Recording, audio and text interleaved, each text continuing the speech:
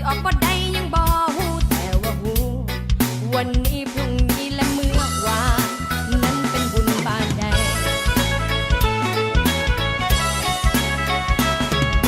เพียงแค่จอบแนมซ้อมเบิ่งอายอยู่ไกลไกลหัวใจน้องนี้ก็มีแฮกูว่าอายมีเขาน้องกะสิบ่ขอแข่งบ่อาจสิไปแย่งแต่ว่าน้องขอสแตนบายซ้อมเบิ่งอยู่เด้อถ้าหากว่าเธอนั้นเลิกกันกับเขาเรื่องของสองเขาสิ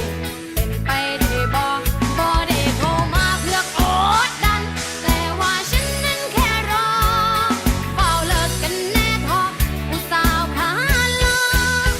อยากเป็นผู้สาววู้เฮ้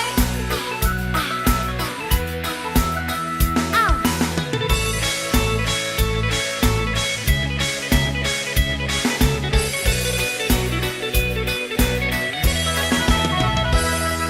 บ่ฮู้สิมีโอกาสนั้นบ่ฮู้ว่าอ้ายนั้นคิดจังใดติดรอยังพอแก้ได้แต่ติดใจอ้ายน้องไปบ่เป็นจะเป็นจังใดดอกไปปริญญาพูดแต่ว่าเอามาอยากเย็